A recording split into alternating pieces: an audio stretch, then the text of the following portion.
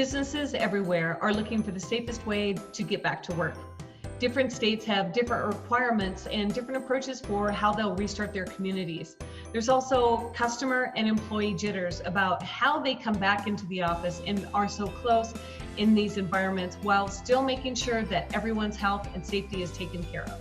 People are looking to both their employers and to the brands that they buy from to make sure that they're looking out for everyone's best interest.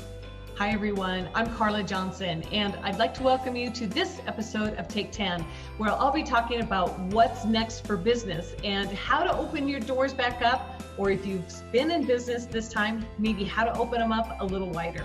I'm excited to partner with the RSVP team for this episode of Take 10, where we take 10 minutes to cover 5 things for you to think about as you begin communicating your plans, staying flexible for what's next, and making sure that everyone stays safe. The coronavirus has affected everyone, and there's so much that you need to consider as you begin to safely return to work. I'd like to cover 5 things for you to begin to think about that are important as you carefully start to make plans for reopening your business. First is accommodate. Do you have people on your team who are high risk or who don't have reliable childcare? You may need to extend the amount of time that you offer employees to work remotely. It can be really hard when you're the employee who's still at home and everyone else is going back to work. You can feel lonely, you can feel a little bit forgotten, and even isolated.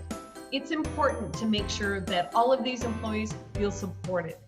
You need to have a plan for how you'll stay in touch. You can think about things like a little thoughtful surprise, something such as maybe an art book or coloring book and some colorful pencils to go along with them. You could even have a message printed on the pencils, or you could have a newsletter that you deliver to everyone's home. What's important is that you make sure that you take steps to make employees feel included and that they're still part of the team and they stay engaged. Second is how you can design a safe environment. Many states require that people wear masks while they're in public, and many businesses ask employees to do the same in an office environment. Now, if there's an area where your employees work closely together or come in close contact with customers, look at how you can keep those areas safe. Things such as the plastic dividers still let people work together safely, but keep them protected and separated. Next are floor graphics, so people know how far apart they should stand. Everyone's estimate of what 6 feet looks like can be a little different. Make it easy by putting decals on the floor that show them where to stand, or even signs that help make it easy for them to comply. You know, depending on what kind of business that you're in, you may even need to mark the aisles if they're one-way direction only. Another thing that you can do is look around and think about things that are used by multiple people. For instance, in a bank or a restaurant, lots of times it's something as simple as a pen. Make sure that you're set to give one to everyone. And in fact, it's an opportunity to get one in every person's hand and encourage them to take it with them. If you have things that many people come into contact with and it's not the kind of things that they would take with them, make sure that you have antibacterial wipes to clean things up. You know, areas like where people turn on and off lights. It could be doorknobs. It could be shared spaces like a table. You may even consider taking longer lunches or maybe shifts for different people to take lunch. I know that there are some companies who put up big tents in the parking lot so that it gives everybody more space to move around. Also make sure that everyone knows it's not safe to use each other's phones, their computers, their desks, offices, or other kind of work tools and equipment. This is one time when sharing is not caring. Next, communicate. Let customers know that you're open for business through all channels. Think about signage, not just what hangs on your door, but also what's out front as people walk by. Do you need something high for people to see as they drive by on the roads? You know, take advantage of things like direct mail, use email, social media, your website, anything that you normally use to communicate people. This all increases the chances that people know that you're open, and it also makes it easy for them to help spread the word. Remember that they'll want to know such things such as, do you have your regular hours or are you adjusting them somehow? Are you doing anything special now that you're open? This could be promotions or different kind of customer loyalty incentive programs. Maybe there's something different about how you conduct business. What's really important to make sure that you do is have consistent communication, because people don't always hear you the first time that you reach out to them.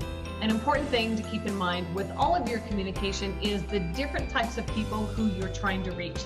You know, there's on this hand, there's the heavy social media users. And then over here, believe it or not, there's people who don't even have a laptop or a smartphone. So look at how different people communicate and make sure that what you do adjusts to how they like to be communicated with. Fourth, remain flexible. Did you have to cancel an event or a fundraiser?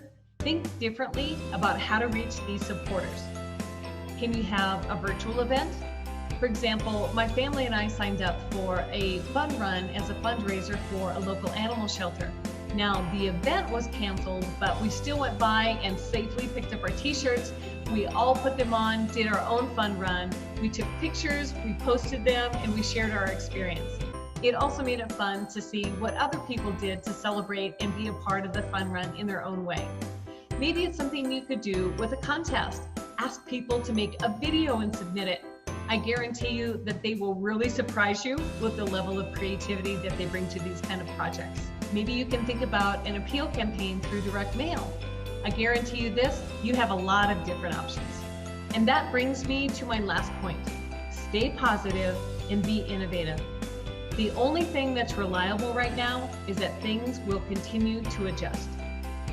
In an ever-changing environment of both regulation and new societal practices, optimism and fresh thinking is what's really necessary to keep going. Your ability to innovate and change could really determine the difference between opening your business and just holding on to survive, and really looking at how you can thrive going forward.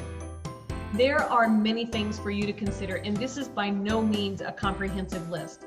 What I encourage you to do is to make sure that you check with your local government regulations and also the health requirements in your area. And if you have specific questions, reach out to your local experts. The most important thing with all of this is that you maintain the health and safety of your employees, of your customers, and yourself.